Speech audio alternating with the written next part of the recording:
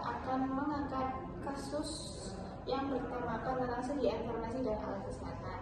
Kenalkan, nama saya Lila Santi Inaya dari NIM 231505014. Saya Salwa Sia dengan NIM 231105011. Saya Badria Ular Ramadhani dengan NIM 231105019. Kami mengangkat kasus ini. Kasus yang kami angkat kali ini berasal dari dunia sedia informasi.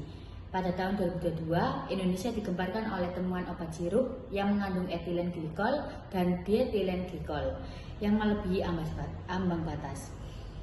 Badan Pengawas Obat dan Makanan Republik Indonesia atau BPOM menyampaikan bahwa dari hasil uji laboratorium terhadap beberapa sampel sirup ditemukan kadar etilen glikol atau EG yang jauh melebihi ambang batas aman. Salah satu produk yang terlibat adalah Flurin DMP, sirup dari PT Yarindo Pharmatama, serta beberapa produk lain seperti Thermorex sirup, Unibaby Coach sirup, Unibaby demam sirup, dan Unibaby demam drop. Kementerian Kesehatan kemudian merilis daftar 5 produk yang positif mengandung cemaran berbahaya. Tersebut akibatnya ratusan anak di berbagai daerah mengalami gangguan ginjal akut dan beberapa antara meninggal dunia. Jika dikaitkan dengan peraturan pemerintah nomor 72 tahun 1998 tentang pengamanan sediaan farmasi dan alat kesehatan, tindakan tersebut melanggar beberapa ketentuan. Kasus ini dengan kata kunci sediaan farmasi, etilen glikol, mutu obat, pengawasan, dan keamanan pasien. Yang pertama ada sediaan farmasi, produk yang digunakan untuk mencegah, menyembuhkan, atau memelihara kesehatan seperti obat, bahan obat, obat tradisional, dan kosmetika. Ada etilen glikol, cairan kimia beracun yang digunakan sebagai pelarut industri atau anti beku, tidak boleh digunakan dalam obat karena berbahaya bagi tubuh. Selanjutnya ada mutu obat, kualitas obat yang memenuhi standar keamanan, khasiat, dan kestabilan sesuai ketentuan. Yang selanjutnya ada pengawasan, kegiatan untuk memastikan sediaan farmasi aman, berkhasiat, dan bermutu sebelum dan selama beredar.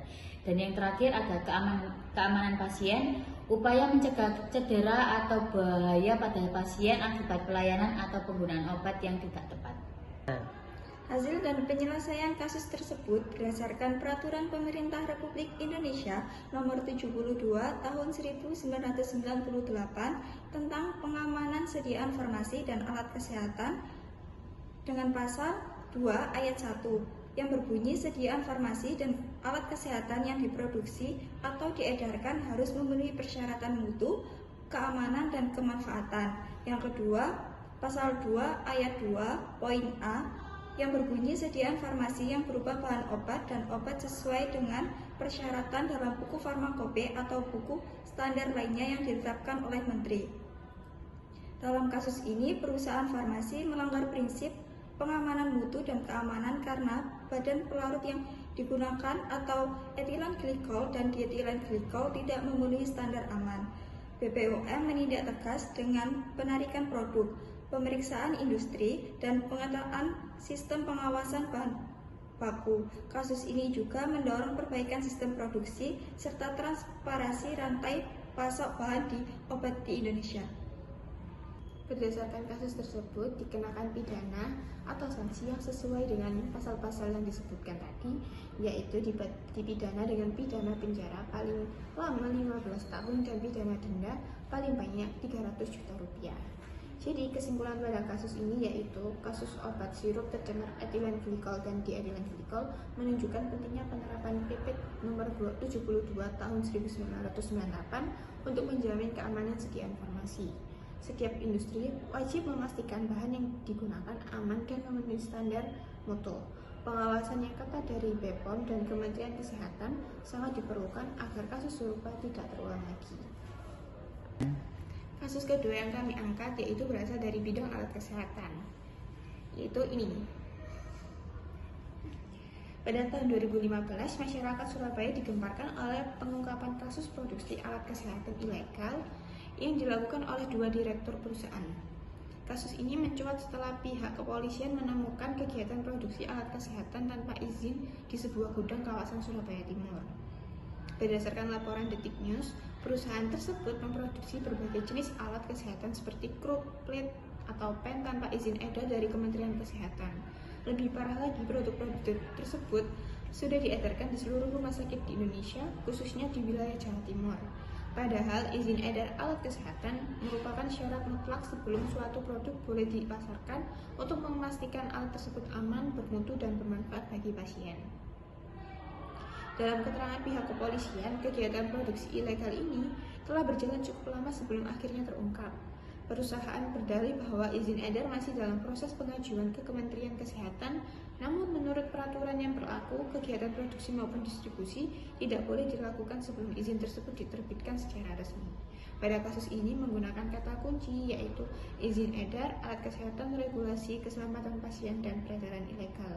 Izin edar sendiri yaitu persetujuan resmi dari pemerintah, BPOM atau Kemenkes agar obat sediaan farmasi atau alat kesehatan dapat diedarkan dan digunakan secara legal. Yang kedua yaitu alat kesehatan, perlengkapan, instrumen, atau bahan yang digunakan untuk mencegah, mendiagnosis, dan merawat penyakit pada manusia. Yang ketiga, regulasi, yaitu aturan atau ketentuan yang ditetapkan pemerintah untuk mengatur dan mengawasi kegiatan di bidang kesehatan dan kefarmasian.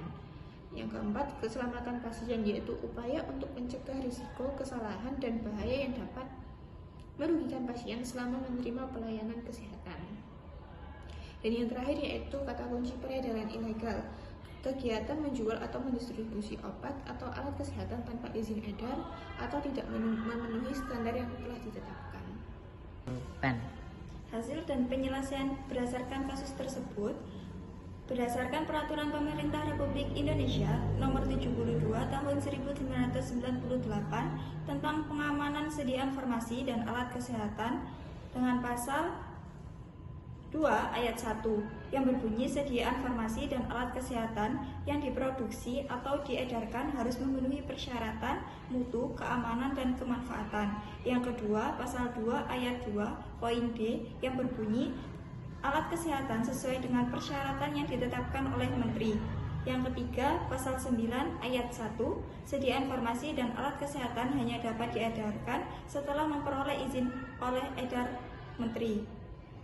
Yang keempat, pasal 15 ayat 1 poin A berbunyi badan usaha yang telah memiliki izin sebagai penyalur dari Menteri sesuai dengan ketentuan peraturan perundang-undangan yang berlaku untuk menyalurkan sediaan farmasi yang berupa bahan obat, dan alat kesehatan.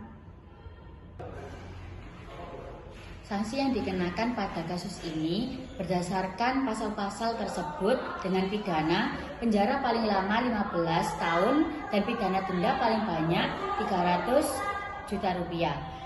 Pidana dengan penjara paling lama 7 tahun dan atau pidana denda paling banyak 140 juta rupiah. Dari kesimpulan kasus tersebut, kasus ini menunjukkan bahwa setiap alat kesehatan wajib memiliki izin edar sebelum digunakan atau diperdagangkan. Pelanggaran terhadap ketentuan ini dapat membahayakan pasien dan mencoreng kepercayaan masyarakat. Kepatuhan terhadap